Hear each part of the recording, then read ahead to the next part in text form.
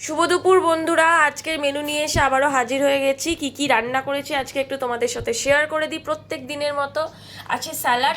আচ্ছা, স্যালাডের ব্যাপারটা একটু আমি বলে দিই। আমি প্রতিদিন চুবড়িতে দেখাই, ছোট যে চুবড়ি আছে, শসা, গাজর, লেবু, কিন্তু আমাকে অনেকে বলেছে তুমি প্লেটে সাজিয়ে দেবে, আরও দেখতে ভালো লাগবে। তাদের কথা রাখতে আমি অনেকেই বলেছে, আমার মামি থেকে শুরু করে আরও অনেকে বলেছে, তো তাদের কথা রাখতে আমি আজকে প্লেটে সাজিয়েছি স্যালাড। কেমন লাগছে জানিও। আছে সাদা ভাত, কুঁদরি ভাজা, কালো জিরে কাঁচা লঙ্কা ফোড়ন দিয়ে, এটা আমার বর খেতে ভীষণ ভালোবাসে।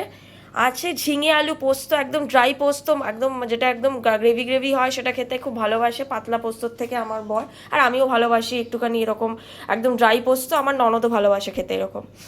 আর এখানে আছে সব রকম সবজি দিয়ে, পেঁয়াজ ফোড়ন দিয়ে মুসুরির ডাল, গাজর, বরবটি, পেঁয়াজ ফোড়ন দিয়ে, আর কালো জিরে কাঁচা লঙ্কা দিয়ে মুসুরির ডাল। আর এখানে আছে এরকম বড় বড় সাইজের কাতলা মাছের গ্রেভি কালিয়া, মানে কালিয়া ঠিক বলবো না, এটা তেল ঝাল বলা যায়, তেল ঝাল হয়েছে কাতলা মাছের।